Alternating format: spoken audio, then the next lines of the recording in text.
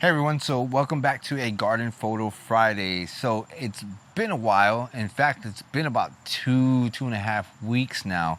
It's now fall. It doesn't look like it in here because we have all kinds of stuff growing, all kinds of things happening. But the last couple of weeks we didn't do a Garden Photo Friday. We had some other stuff come up, some things going. Then the Friday started getting away from me a little bit, so I was putting them on a Saturday. So I'm trying to shoot this one on a Thursday now, so you guys will be watching this on a Friday, but we have quite a bit of things going on here in the garden that we do want to take pictures of before we start doing certain things, because fall is now here and we want to get started with some fall stuff here in the garden, get some fall containers planted and other things that, you know, will scream fall for us right now. Unfortunately, it's been raining a lot the last week and a half with some of that weather that came up here from the hurricane, and it's just been really wet here. So today is probably the first day I've seen the sun come out. It's been cloudy since last week, so we're gonna go ahead and see what we can find here in the garden, take a couple of photos of. I have some red impatiens that I do want to take a photo of first, because somebody did ask in the last garden tour what that red flower was, and I'm gonna talk a little bit about it and show you some photos of that red impatient there. All right, so this red flower here is an impatient. These are bedding impatiens, and it's called Soprano Bright Red. It's from Peru Winters, and they grow about 14 inches tall to about 15 inches wide, or 15 inches tall, 14 inches wide. One way or the other, it's pretty much similar in height and width, but this is only 2 plants, and it is just beautiful how much is actually filled in, because this is a window box here and we've only put 2 here, and they've completely filled this whole box. It's hidden away our boxwoods that are back there, but I love these impatiens. I'm loving the way they grew, the way they flowered, because they were non-stop flowering. As you can see right now, we've had some cool temperatures already here, and today it's 70, but it's been in the 60s and even the 50s the last couple of days, and they've done absolutely amazing. They also attract some hummingbirds. I got a photo I can pop up there of the hummingbird that was attracted to this flower. I almost said that backwards, but they absolutely are beautiful, beautiful flowers. I'm loving the bright red that these flowers give off. They don't fade too much. They keep this red, this intense red, through their whole flowering until they die off. As you can see here, it's dying off a little bit, and it just keeps that red, and it's just a beautiful, beautiful flower. So let's take a couple photos of this one and see what we can get out of this one, because I'm loving red on a photo because it just brings out some great highlights and shadows.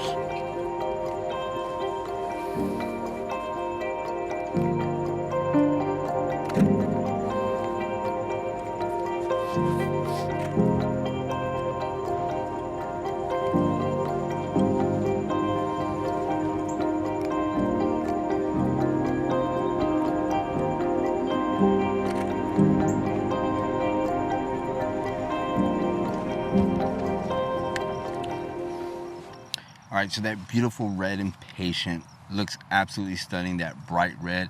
You can only imagine a drift of that planted in a bed or a sidewalk or something, where you can just have a drift of it all over the place. I think it would absolutely look beautiful, and it would definitely pop in the garden. Now, we're kind of at a weird angle here because I'm on the steps and I don't want to drop this camera, so I'm gonna set you guys down the way I have it here, but I'm trying to take a photo of some celosa here.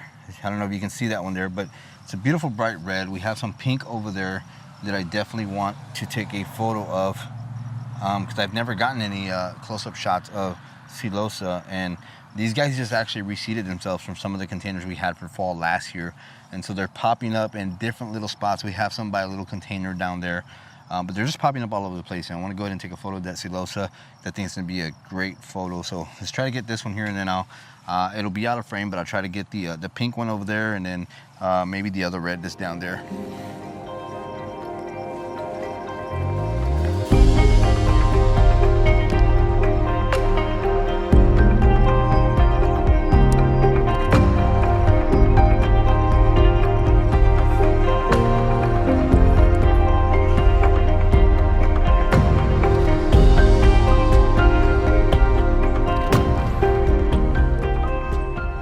All right, so we got a couple different shots of that celosa.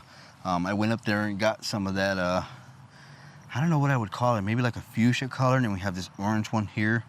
I think there's some pretty cool shots. We have this rose right here. Maybe we should take a couple photos of this guy. Looking beautiful. This is the Ringo Pink, I believe, rose from Peru Winters. Absolutely looks beautiful. Has been getting off some great blooms. We'll take a couple photos of this one here.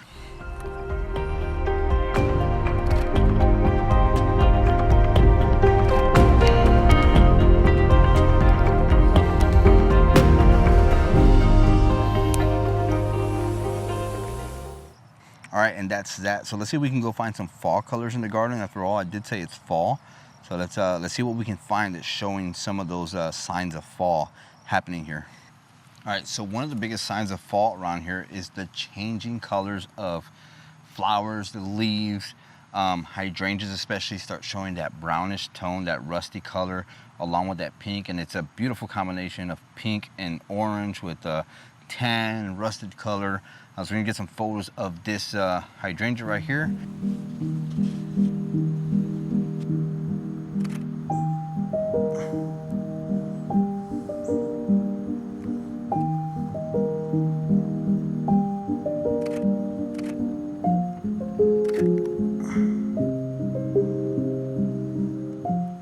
And next we have this beautiful peach berry heuchera that has some beautiful fall color on it, all on its own before fall even hits, but it's giving off a different tone. So we're gonna take a few photos of that one.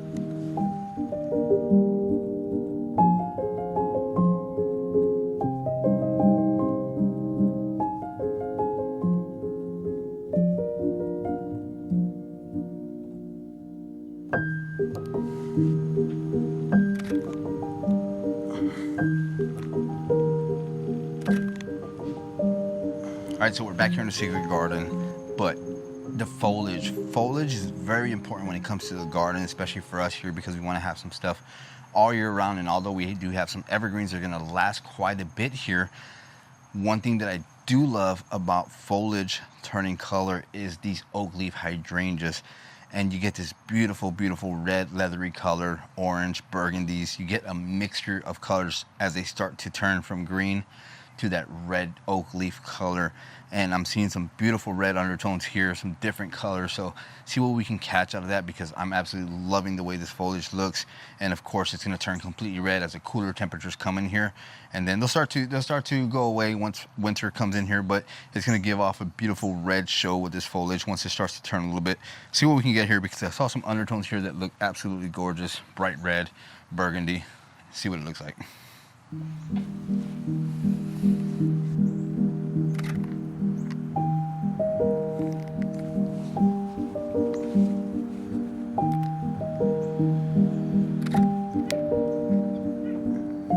Those, I can tell you right there, are already going to look great because of that red color that's coming through the camera there. I'm going to try to get on the inside of here because I saw some orange on the backside, and I think it's going to look great.